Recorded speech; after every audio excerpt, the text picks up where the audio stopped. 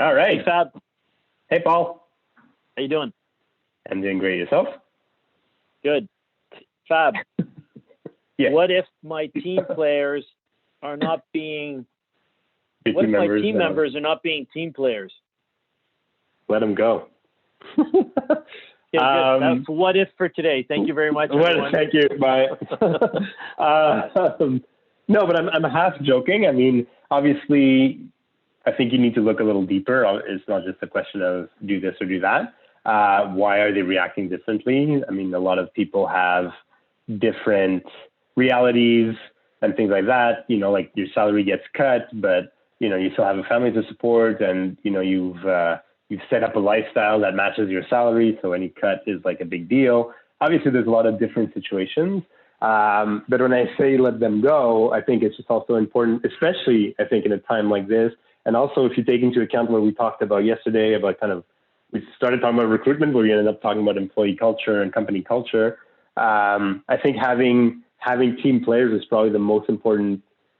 Probably the most important time ever to have team players on the team. So I would definitely dig deeper as to why people are not being team players, but I would also have very low threshold for just, you know, like general negativity would be the right word, maybe. Because you don't want somebody like team morale is probably already very fragile, or maybe already very fragile. So I think you have to watch out of people that are kind of drag that down excessively. So what if your all-star player is not being a team player? What if the guy or the girl who brings in the most revenue is the one who's not getting it? She won't, you know, she doesn't understand that everyone in the company has to take a 50% pay cut, even the president, and she's just not playing the game. And the risk is that she leaves with all your clients or all her clients. All her clients. I mean, again, I would, same thing, obviously look into why and this and that, like there might be personal reasons, legit personal reasons behind it. But if it's honestly, it comes down to a culture thing, I would look at, well, let's say I have 3 reps, right? So my rock star is complaining and the other 2 are trucking on, you know, like I would do some math, obviously, but I would seriously consider letting them go. You already need to save some money. You're in a choppy mood today. I haven't slept well, so maybe that's why. I just think that like right now, employee morale is very fragile. And what you do now, and we've talked about this a few times, what you do now will impact who you are as a company down the road. And I'd watch out for the type of precedents that we set. Again, like obviously, like if you speak with them and you realize that there's a legit value and there's legit stress, like that their parents are sick or they can't see their parents.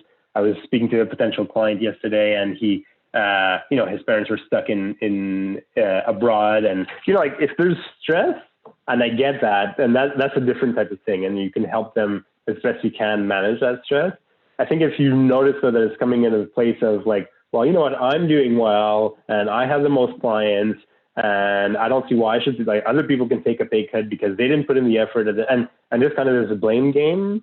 I would see like, you know, maybe in the short term you'll get a hit, but I think in the long term you'd probably end up winning. And if we're talking about sales, if you have a Paul involved, you can spruce up the rest of the team.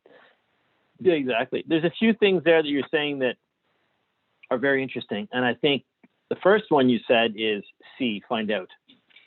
And sometimes when you're caught in an impasse, even as an employer, you're a little angry and you get defensive yourself and you put up a wall, hence you're blocking the communication. So again, It's all about being consultative. It's about asking those open-ended questions to the employee, saying, well, why do you feel this way? You know, we've explained our bit and why we have to take pay cuts and why we need to have this reality. Why not you? How are you different? You know, and just talk to the person and get them to say to you, if you're lucky, I guess you're right, you know, I need to be a team player of the rest of the company and blah, blah, blah. And hopefully it goes there. And the second thing is, if truly you're in a situation where one person can really hurt your business, and that salesperson, there's some other underlying problem. Right? You're right. And I mean, maybe I was, I was a little dramatic in my answer, but, it doesn't have to necessarily happen overnight either. But I think your point is valid, right? If you have one person who can impact your bottom line so much, you might want to take a drastic approach, but you might want to take a slower approach of like, okay, how can I personally, as the owner or the sales leader, build a relationship with the clients, like try to or try to build a rapport outside of this person. But if there's truly bad faith in there, and then the person is just, I don't want to let things go, like I've done well and the other people haven't, and you're just a bad seed, I would definitely look into phasing them out, whether it's a drastic, listen, we're all in this together and we have to let go of people that are not team players, or it's more of a phased out, okay, like I need to take control of those accounts and blah, blah, blah. And you do it over, a few weeks or months. That's your call. Yeah. And you're right. And the reality of it is I've seen it too often in too many companies where those top performers hold the employer ransom almost. It's the indication of an underlying problem. If your top performers have you, excuse my expression, by the balls, there's something wrong. You should have a company culture where the client is happy to be with your company, not with that one individual. Yeah. And if you're at risk of losing the business because of one individual, that's the real underlying problem.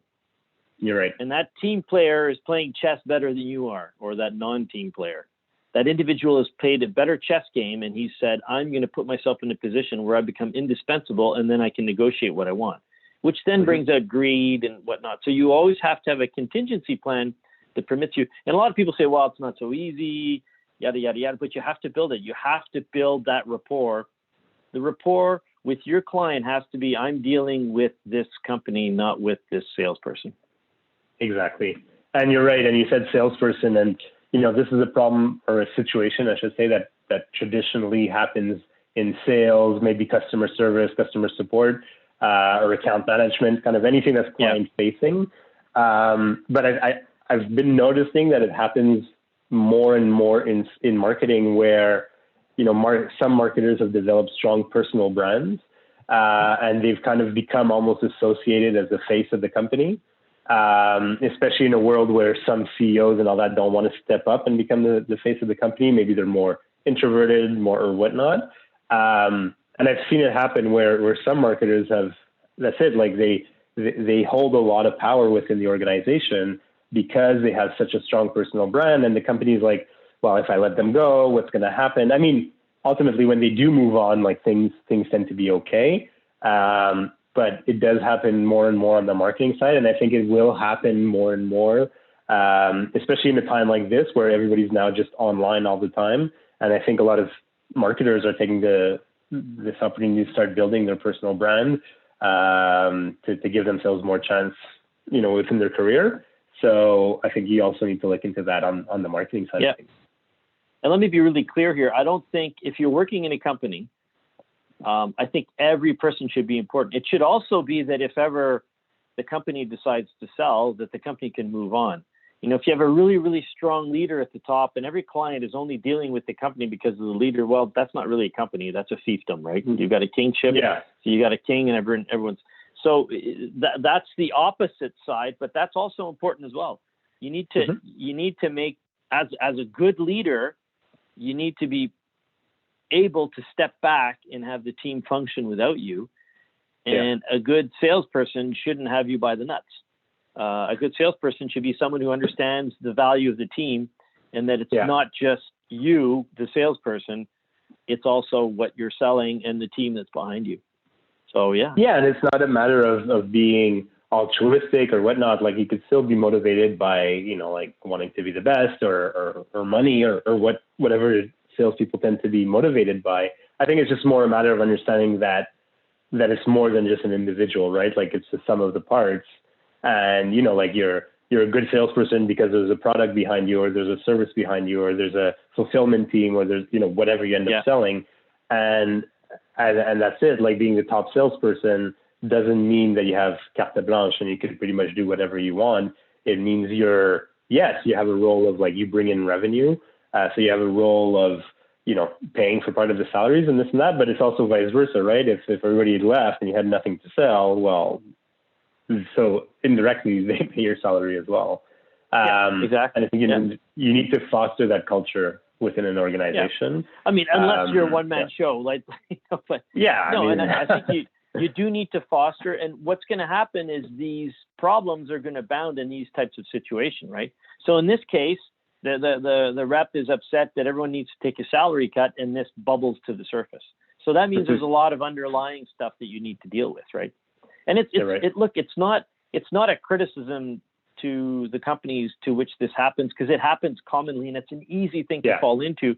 And until it happens to you, you don't learn how to deal. I've been lucky enough to work with a lot of clients where I've seen it happen a few times, and there is a way of dealing with it. And the way of dealing with it is to have a rational, open conversation with the individual to see if they're rational or if there really is something, like you said, an underlying issue. You said it before.